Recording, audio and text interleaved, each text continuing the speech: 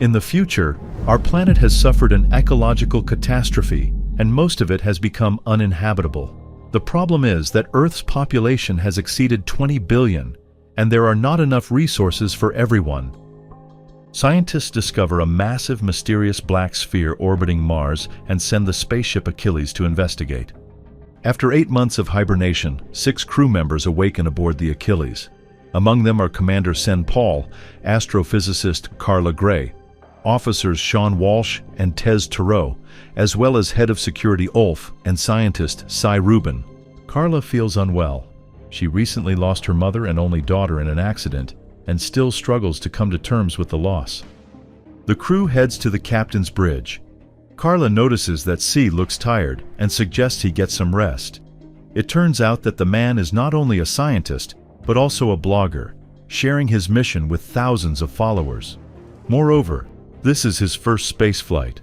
The more experienced crew members constantly tease him. Carla talks with Sen Paul and learns that they are approaching Mars. They will reach the mysterious black sphere in 16 hours and will get an opportunity to study it in detail. The astronauts examine a hologram of the sphere. Commander Sen Paul, along with officers Sean Walsh and Tez Tarot, is amazed. They have flown quite close, but still can't see what hides inside it. Well, they will have to make a risky landing on the sphere to learn anything. The astronauts continue with their work duties. C is making new posts in his blog.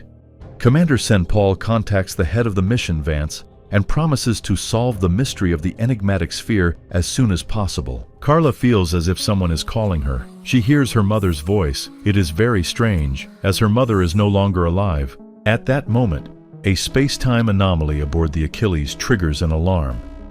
The spaceship's onboard systems are damaged by a strange beam of light coming from the black sphere. Communication with Earth is interrupted, but the life support systems are still functioning normally. All crew members urgently gather on the captain's bridge. No one can understand what is happening. Soon, the astronauts notice that the sphere is emitting a strange signal. It conveys only one word in every language on Earth: Deus, which means God. Cy says they must return immediately. Carla agrees with him, as there is no guarantee that this alien civilization is friendly.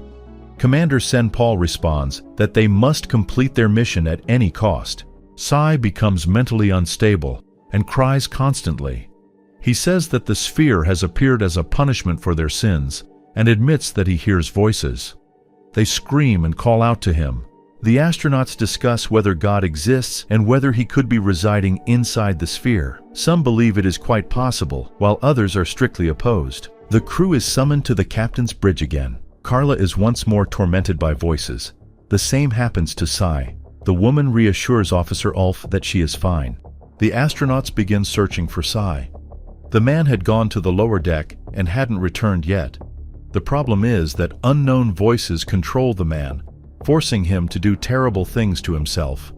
A wild scream from Tez echoes through the ship. Carla and Ulf rush to the lower deck. The main character finds C, but he immediately takes her hostage. In the midst of his nervous breakdown, C keeps repeating that under no circumstances should they approach the sphere. Ulf tries to calm him down, but all his efforts are useless. Commander Sen Paul appears behind Cy. He uses his weapon and frees Carla. Unfortunately, Tez is beyond saving. Only 5 crew members remain. Sen Paul tells Carla that they will continue the mission no matter what. The woman is deeply unsettled, sensing that the captain is hiding something from her. The crew bids farewell to Tez. They are meant to land on the sphere in about 3 hours. The astronauts approach it, fearful that they might indeed encounter God there. Carla notices that there is some massive structure on the sphere. It is already too late to change course, so the Achilles soon descends onto the surface of the mysterious dark sphere. Director Vance establishes contact with the astronauts. He reports that similar structures have appeared all over Earth. There are more than 10,000 of them, and it looks like an alien invasion. Director Vance says they must urgently study the sphere and determine what is happening and how dangerous it is. The astronauts put on their spacesuits and leave the spacecraft. They wander across the surface of the dark sphere, trying to find any signs of an extraterrestrial civilization. Soon, some kind of structure actually appears before them. It resembles enormous gates. But should they go inside?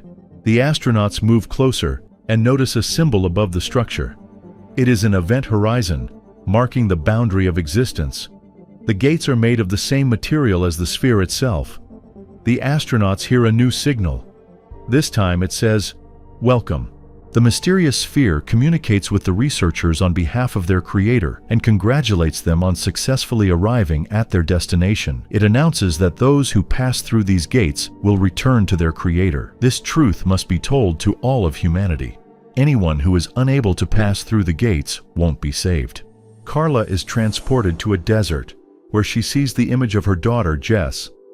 It turns out that the accident happened to her right before the flight. The sphere hints that they can be together again. Mother and daughter run toward each other. In reality, Carla suffers a heart attack. St. Paul and Ulf explain that the woman passed through the gates. She was miraculously saved.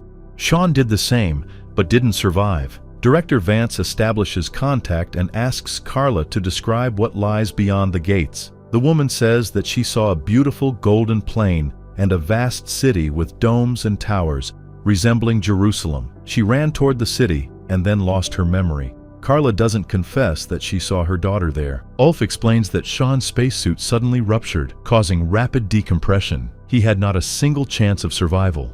Carla wants to return to the sphere, but Ulf says they are preparing to fly back. Carla admits to Ulf that she saw her family near the gates. She believes that Director Vance knows about this as well. St. Paul orders the ship to leave the sphere's orbit and return to Earth.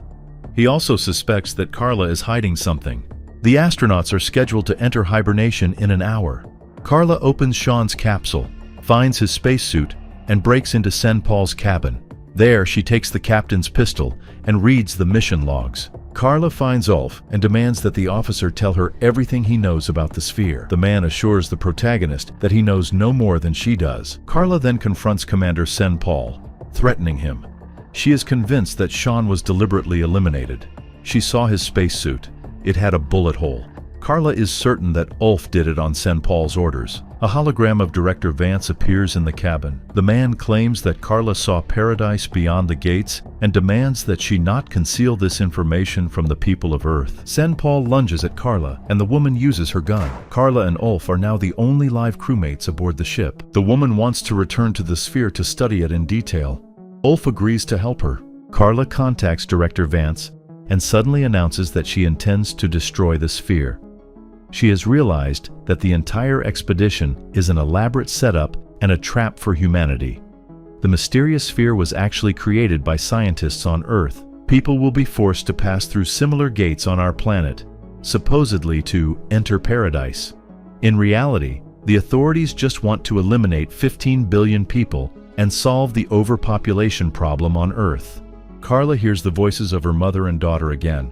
But how is that possible? Director Vance admits that they implanted a special chip in Carla's brain after the accident, which reproduces these voices. Moreover, they orchestrated the accident themselves to control Carla. The protagonist tells Vance a story. There were 5 people in a boat, but there was only enough food and water for 3. Instead of getting rid of 2 people, they went fishing, searched for an island, and waited for a ship to arrive. After all, everyone deserves to live. And that means all of humanity must be saved. To achieve this, Carla and Ulf decide to destroy the dangerous sphere. Upon learning this, Vance orders the artificial intelligence system to initiate the ship's self-destruction program. It is set to trigger in 3 minutes. Carla and Ulf run to the command module and detach it from the spacecraft. At that moment, the Achilles self-destruction mechanism goes off. Carla and Ulf manage to survive, as they've both already boarded the command module moments before the explosion. The astronauts share a drink and discuss their plans. Since the explosive device meant to destroy the sphere can't be detonated remotely, someone has to activate it manually. Carla says they must carry out this mission together. Ulf disagrees and insists on doing it alone. He descends to the surface of the sphere and activates the explosive mechanism. The reason is that Carla must survive and tell humanity the entire truth. Soon, a powerful explosion erupts on the sphere. The protagonist sets course back to Earth. The journey will take more than 7 years. Once she returns, Carla will be able to warn humanity about the treacherous trap if there are still people left on Earth by that time.